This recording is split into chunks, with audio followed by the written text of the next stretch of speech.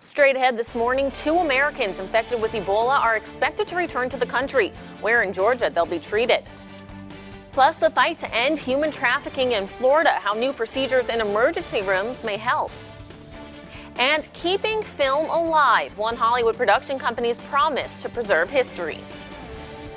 And Lauren will have a full breakdown of today's weather, these stories, and much more to come this Saturday morning. Live from the WCTV studios, this is the Good Morning Show. Coverage you can count on.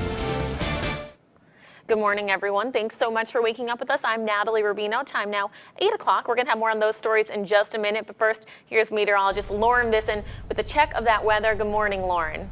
Good morning, Natalie. Well, right now, we're just talking about a little bit in the way of rainfall on our radar. Just a couple of showers in our South Georgia counties and the very far northern parts of our forecast areas where we're seeing most of those showers. They are showers, though. We're not talking about any thunder this morning. Thank goodness nobody wants to get woken up that early on a Saturday morning. These showers are actually just beginning to enter into the Thomasville area, but as we head into the noon hour, they're going to dissipate. What we are talking about is a little bit of cloud cover out there this morning. They are very thin clouds, so you're going to get a few peaks of sunshine. That also means we're going to warm up very quickly this afternoon. Now, our main concern this morning is visibilities. We do have a good amount of fog in our far eastern parts of our forecast area, especially in Valdosta, just a half-mile visibility, 0.75 miles as we head out to Homerville, so you want to make sure that you're very careful as you go out this morning. Natalie, back to you. All right, thanks, Lauren. The first of 2 American aid workers infected with the Ebola virus are expected to arrive in Atlanta today.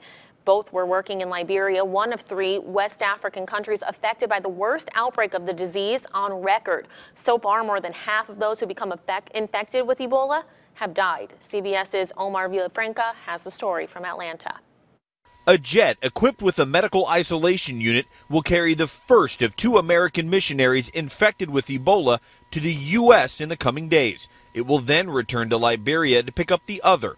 Both will be treated at Atlanta's Emory University Hospital. We have developed a unit which can safely care for a patient with a serious communicable disease. Dr. Kent Brantley and missionary Nancy Ripple were working in Liberia when they contracted the deadly virus. Bruce Johnson heads the group that sponsored Ripple's mission. Obviously, this virus has taken a lot out of them. They're very weak, but responsive, being able to get up, take care of their needs, and are conversing with loved ones, with their doctors, so that's really encouraging. There is no vaccine for Ebola and no known cure. Doctors here at Emory say their priority is to make sure the patient's other systems are strong. We just have to keep the patient alive long enough in order for the body to control this infection. And federal health officials say isolation protocols will keep the virus contained. We do not see Ebola spreading within the U.S. The first cases could arrive this weekend. Omar Villafranca, CBS News, Atlanta. More than 1,200 people have been infected with Ebola in West Africa, and more than half of them have died. House Republicans have passed a $694 million bill to address the crisis on the border. Only problem, it may all be for nothing. Republican senators blocked a vote on a larger border bill, meaning the Senate's bill has nowhere to go. The House also voted to shut down a presidential program granting relief to child immigrants. And they agreed to vote on a bill preventing President Obama from taking action to deal with the border crisis. The president says he's not happy with the way this has been handled. They're not even trying to actually solve the problem. This is a message bill that they couldn't quite pull off yesterday, so they made it a little more extreme, so maybe they can pass it today.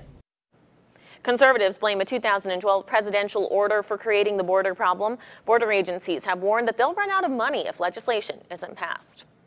Florida's Attorney General is pushing to stop human trafficking and tackling hospitals. Pam Bondi says she now hopes that new procedures and specific questions will help spot victims in emergency rooms. Kim Boyer works as an administrator in emergency services at Tallahassee Memorial.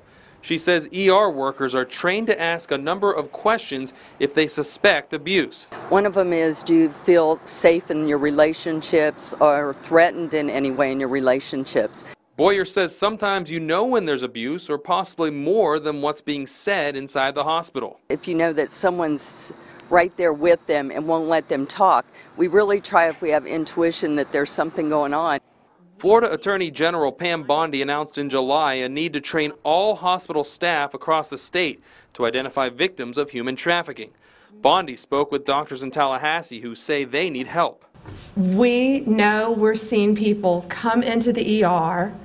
We know they're victims of human trafficking, but we don't know what to do. Bondi plans on meeting with leaders across the state in August to come up with more detailed questions in order to help protect and rescue some from the situation.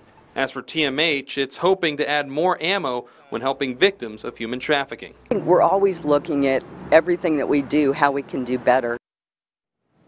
Capital Regional Medical Center says they have similar questions and protocol to see if someone is being abused, but we'll of course keep you updated on when Bondi and health officials decide on a uniform system.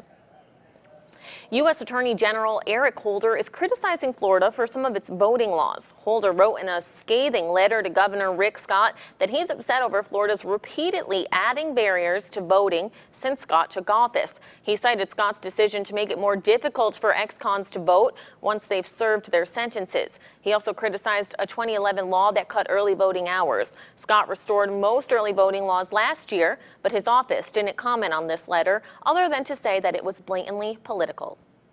And Florida gubernatorial candidate Nan Rich is getting a boost in her campaign. The Democrat became the first candidate to qualify for public matching funds. The state distributed nearly $190,000 to her campaign. That's in addition to the $428,000 that she's already raised. Current Governor Rick Scott refused public funding in 2010 and has not asked for any so far this election year. Democrat Charlie Crist is also expected to accept public funding.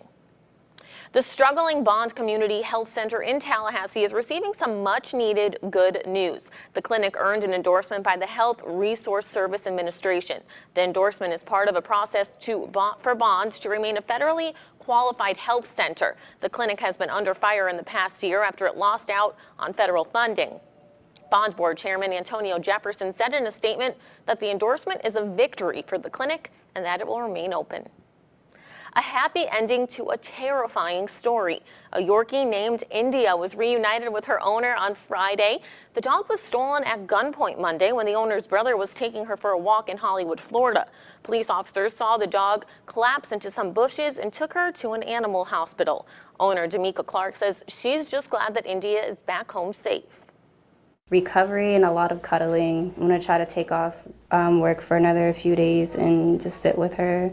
I'm just happy.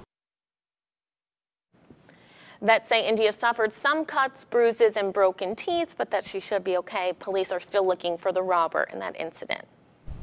Poor little girl. I know. I'm just so happy she's back home. Yeah, she had a little cone on her. No, she's too cute. Aww. Cone of shame. Yeah.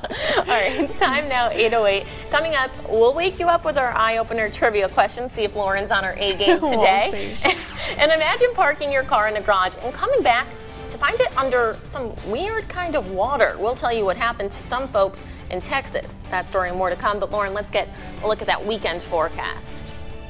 Well, there's a look at your day ahead. We're starting off in the 70s and it's very muggy outside, just a couple of passing clouds out there. We're going to see those temperatures rise very quickly through the day and we could see some showers and thunderstorms return to the forecast. I'll tell you when and where those storms will pop up coming up in a few minutes.